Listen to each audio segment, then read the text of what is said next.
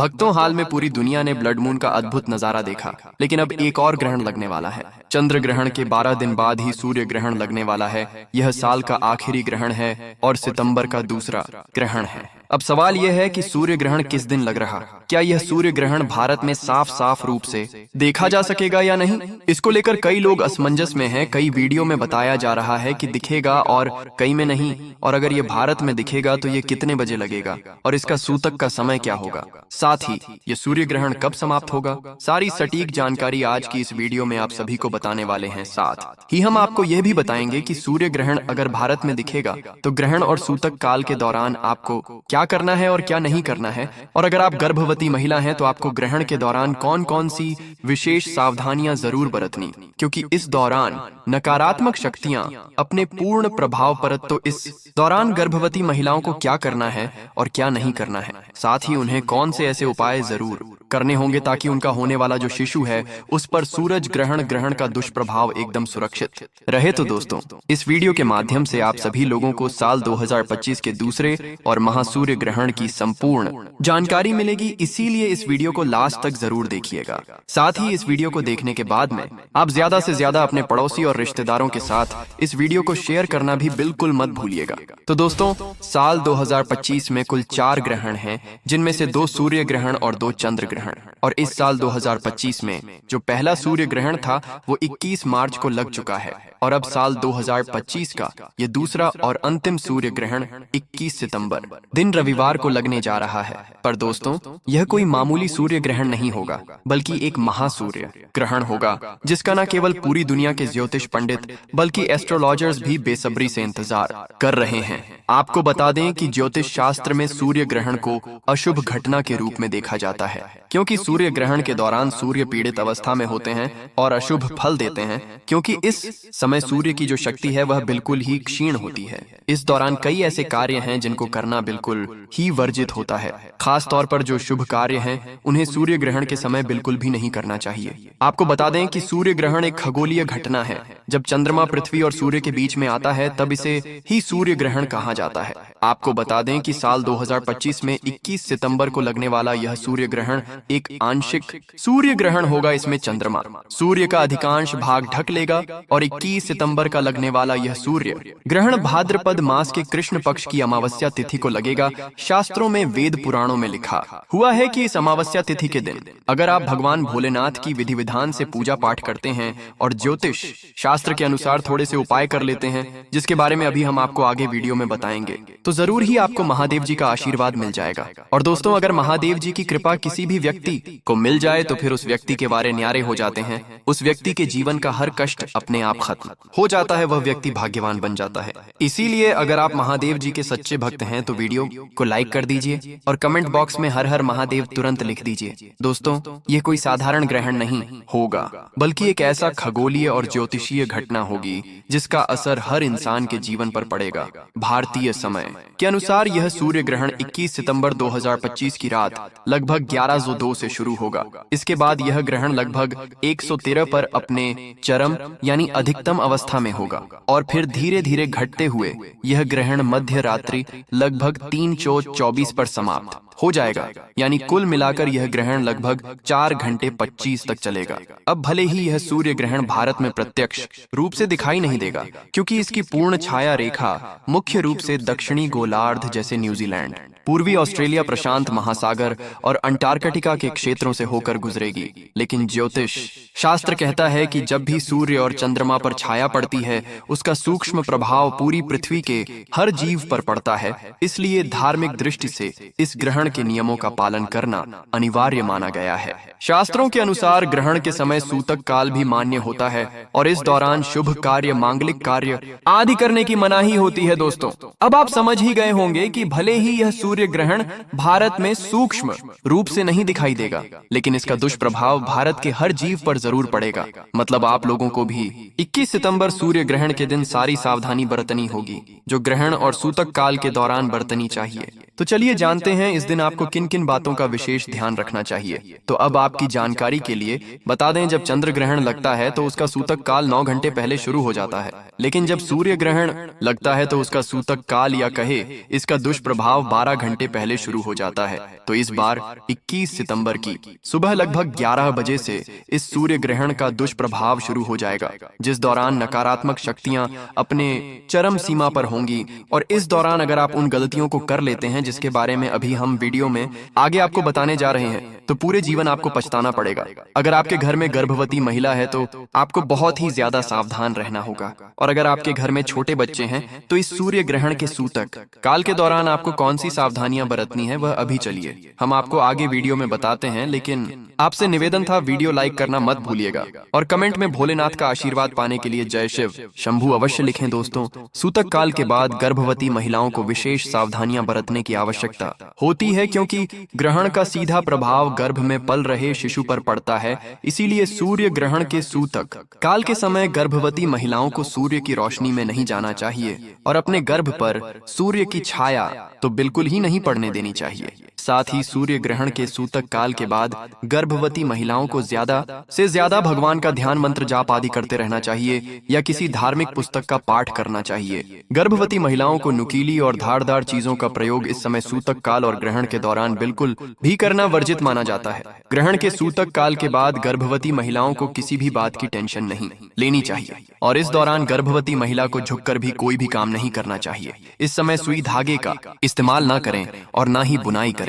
ऐसा माना जाता है कि ग्रहण के सूतक काल के समय प्रेग्नेंट महिला को धातु से निर्मित चीजों का प्रयोग भी नहीं करना चाहिए और न ही उन्हें इस समय शरीर में धारण करना चाहिए। संभव हो तो ग्रहण खत्म होने के बाद गर्भवती महिला को स्नान अवश्य ही करना चाहिए और ग्रहण के सूतक काल के दौरान अपने पेट पर गेहूं का लेप अवश्य ही करके रखना चाहिए। अगर आप बीमार हैं तो किसी कारणवश स्नान ना कर पाएं, संभव ना हो तो कम से कम अपने ऊपर गंगा जल का छिड़काव अवश्य ही करें और अपने कपड़े अवश्य बदल लें। सूतक काल के दौरान गर्भवती महिला को खाने में शौक और तड़का भी नहीं लगाना चाहिए। खाने को जितना साधारण रखें उतना ही बेहतर होगा।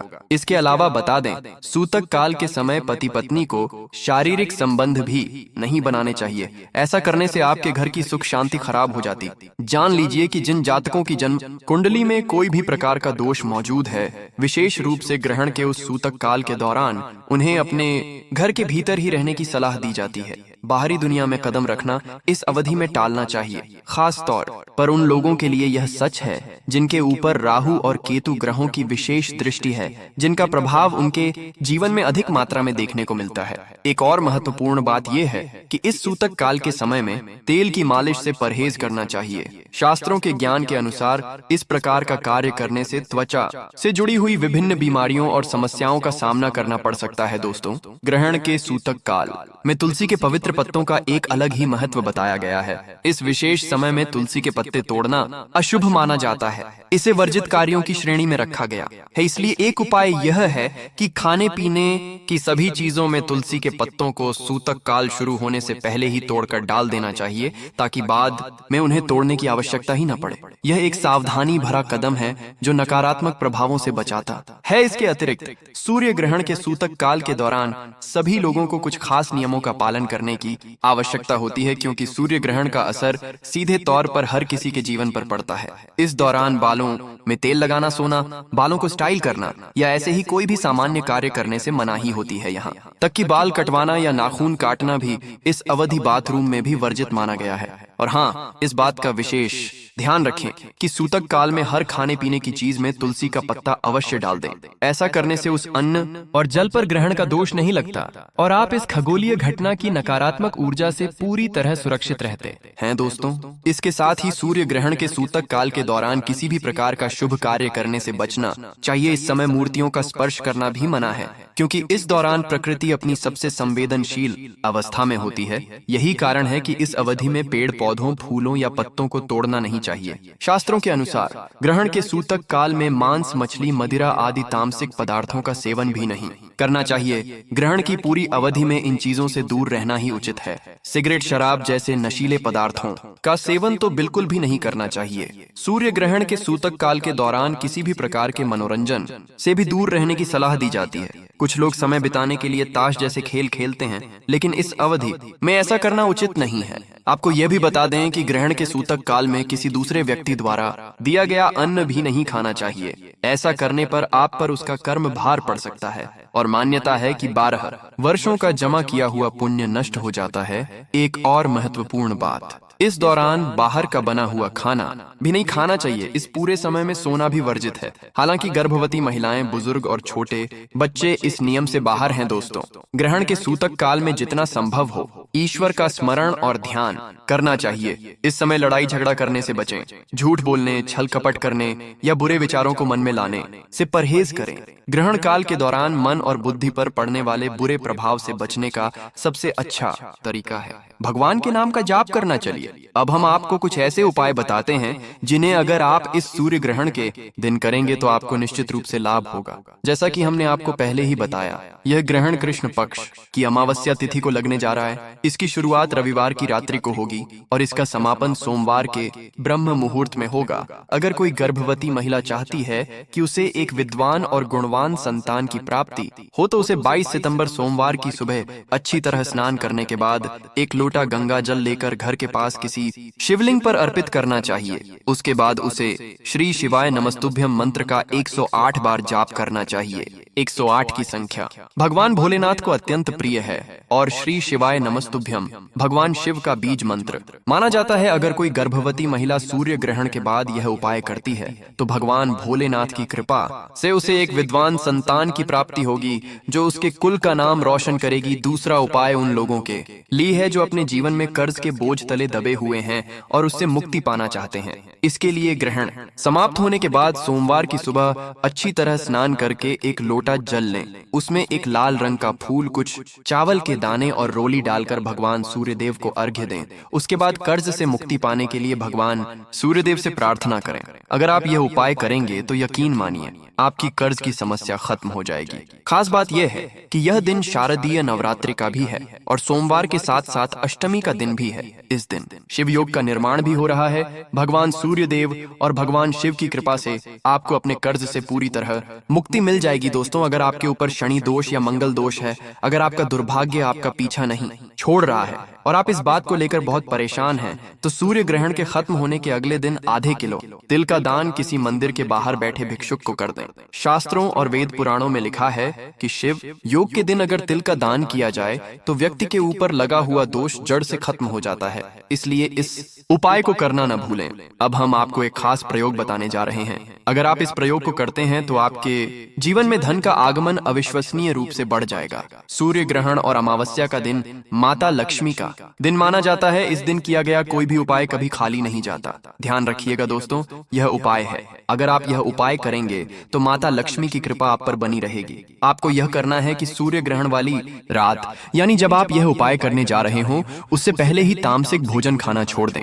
तामसिक भोजन का मतलब है शराब, मदिरा, नॉनवेज आदि इन सब चीजों का सेवन बिल्कुल बंद कर दें, वरना आपकी पूजा सफल नहीं मानी जाएगी और आपको माता लक्ष्मी का आशीर्वाद नहीं मिलेगा। आपको बस इतना करना है कि सूर्य ग्रहण वाली रात घर में मौजूद झाड़ू के नीचे 2 लौंग और एक काली मिर्च दबा दें। अगले दिन इन्हें किसी लाल कपड़े में रख लें। फिर अगले दिन इन्हें मौली के धागे से बांधकर अपनी अलमारी में रख दें और उन्हें वहीं पड़ा रहने दें। दिवाली के समय इन्हें निकालकर किसी बहती हुई नदी में प्रवाहित कर दें। दोस्तों, ऐसा करने से दिवाली तक आपके पास पैसा आने के सभी रास्ते खुल जाएंगे और आपके जीवन में अचानक से धन की प्राप्ति होगी। दोस्तों, ये कुछ ऐसे उपाय हैं जो झाड़ू से जुड़े हुए हैं और जिन्हें जानना आपके लिए जरूरी था। हमने आपको एक एक कर सभी उपाय बता दिए हैं। अगर आप चाहते हैं कि माता लक्ष्मी की कृपा आपके घर पर बनी रहे तो आज सूर्य ग्रहण शुरू होने से पहले हल्दी से घर के मुख्य द्वार पर स्वस्तिक का चिन्ह बना दें।